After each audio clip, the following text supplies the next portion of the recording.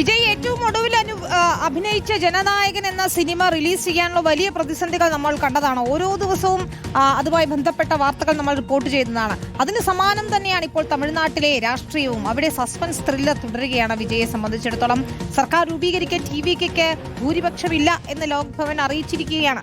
113 പേരുടെ പിന്തുണയുണ്ടെന്ന് ബാക്കി സഭയിൽ തെളിയിക്കാമെന്നുമാണ് വിജയുടെയും TVKയുടെയും നിലപാട്. TVK പിന്തുണയ്ക്കുന്നതിൽ ഉടൻ നിലപാട് അറിയിക്കുമെന്ന് CPI general secretary D. Raju പ്രതികരിച്ചു.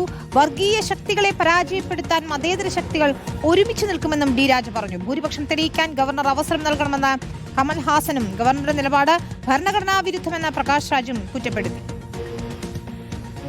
We had a discussion on the post-poll situation in Tamil Nadu. Tamil Nadu, the mandate is in favor of TVK and Mr. Vijay.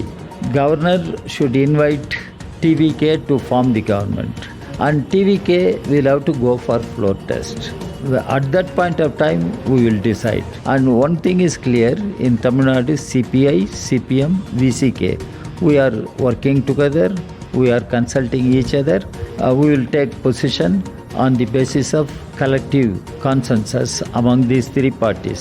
The union government should not be allowed to take political advantage even though they were defeated in the elections. That is our position. Abhijith മുഴക്കുന്ന Nobel മാരിക്കാരനുമാണ് ചേരുന്നത്. അഭിജിത്തിലേക്ക് പോയാൽ, അഭിജിത്ത്, ചെന്നൈയിൽ വീണ്ടും തിരക്കിട്ട നീക്കങ്ങൾ ഉണ്ടായിരുന്നു. പക്ഷേ ലോക്ഭവൻ അറിയിച്ചിരിക്കുകയാണ് വിജയ്ക്ക് കേവല ഭൂരിപക്ഷം തെളിയിക്കാൻ കഴിയില്ല എന്നത്. നമുക്കറിയാവുന്നതുപോലെ ഇത്രയധികം MLA മാരുണ്ടായിട്ടും എന്തുകൊണ്ട് സർക്കാർ രൂപീകരിക്കാൻ ക്ഷണിക്കുന്നില്ലെന്ന ചോദ്യം ബാക്കിയാണ്. എല്ലാ കക്ഷികളും അക്കാര്യം ആവശ്യപ്പെടുന്നുമുണ്ട്. ഇതിലും കുറവ് സംഖ്യയുള്ളയിടത്തൊക്കെ സർക്കാർ രൂപീകരിച്ചിട്ടുണ്ട്. പിന്നീട് സഭയിൽ കേവല ഭൂരിപക്ഷം തെളിയിക്കുകയായിരുന്നു ചെയ്തിട്ടുണ്ടായിരുന്നത്. അതിനുള്ള ഒരു സാധ്യതയും ഗവർണർ നൽകുന്നില്ല വിജയ്ക്ക് എന്നതാണല്ലേ?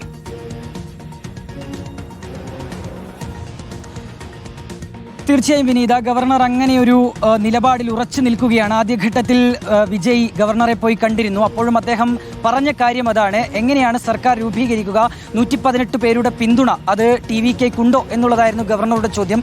അതിന് പിന്നാലെ ഇന്ന് ഇപ്പോൾ ഗവർണറുടെ ആവശ്യപ്രകാരമാണ് വിജയ് അദ്ദേഹത്തെ പോയി കണ്ടത്. ആ ഘട്ടത്തിലും ഗവർണർ വ്യക്തമാക്കുന്ന ഒരു കാര്യം, ഈ സർക്കാർ രൂപീകരിക്കുന്നതിനാവശ്യമായ 118 പേരുടെ പിന്തുണ അത് തന്നെ ബോധ്യപ്പെടുത്താൻ കഴിഞ്ഞാൽ മാത്രം സർക്കാർ ഉണ്ടാക്കാൻ അവസരം എന്നുള്ളതാണ്. നിലവിൽ നമ്മളിപ്പോൾ ഉള്ളത് DMKയുടെ ആസ്ഥാനത്താണ്. നിലവിലിവിടെ ശാന്തമാണ്. പക്ഷേ അപ്പോഴും DMKയുടെ ആസ്ഥാനം കേന്ദ്രീകരിച്ചും തിരക്കിട്ട ചർച്ചകളൊക്കെ നടക്കുന്നു എന്നുള്ളതാണ് പ്രധാനപ്പെട്ട കാര്യം. അല്പസമയം മുൻപ് ഇടതു പാർട്ടികളൊക്കെ DMK നേതാക്കളുമായി ഇവിടെ എത്തി കൂടിക്കാഴ്ച നടത്തുകയും ചെയ്തിരുന്നു. ഇതിൽ ഇടതു പാർട്ടികളുടെ പിന്തുണയാണ് ഏറ്റവും അധികം വിജയ് പ്രതീക്ഷിക്കുന്നത്, TVK പ്രതീക്ഷിക്കുന്നത്. നിലവിൽ വിനീത സൂചിപ്പിച്ചതുപോലെ തന്നെ 108 പേർ പ്ലസ് കോൺഗ്രസിന്റെ പിന്തുണ, അങ്ങനെയാകുമ്പോൾ അത് 115ലേക്ക് വരും. ഇനിയും വേണം 6 സീറ്റ്. അപ്പോൾ അത് ഈ ഇടതു പാർട്ടികളിൽ നിന്ന്, പ്രത്യേകിച്ച് CPI, CPM തുടങ്ങിയ പാർട്ടികളിൽ നിന്ന്, ഒപ്പം തന്നെ VCKയിൽ നിന്നൊക്കെ ലഭിക്കും എന്നുള്ളതാണ് വിജയുടെ നിലവിലെ പ്രതീക്ഷ. അവർ പുറത്തു നിന്നൊരു പിന്തുണ നൽകുകയാണ് എങ്കിൽ അത് 118 എന്ന സംഖ്യയിലേക്ക് എത്തുകയും അങ്ങനെ ഒരു സർക്കാർ രൂപീകരണത്തിലേക്ക് കടക്കാൻ കഴിയും എന്നുള്ള ആത്മവിശ്വാസത്തിൽ വിജയ് ഇപ്പോഴും ഉറച്ചു നിൽക്കുകയാണ്. പക്ഷേ അതിന് ഈ പിന്തുണ അത് ഗവർണറെ ബോധ്യപ്പെടുത്തേണ്ടതുണ്ട്. അതിൽ തന്നെയാണ് ഇപ്പോൾ അനിശ്ചിതത്വം നിലനിൽക്കുകയും ചെയ്യുന്നത്.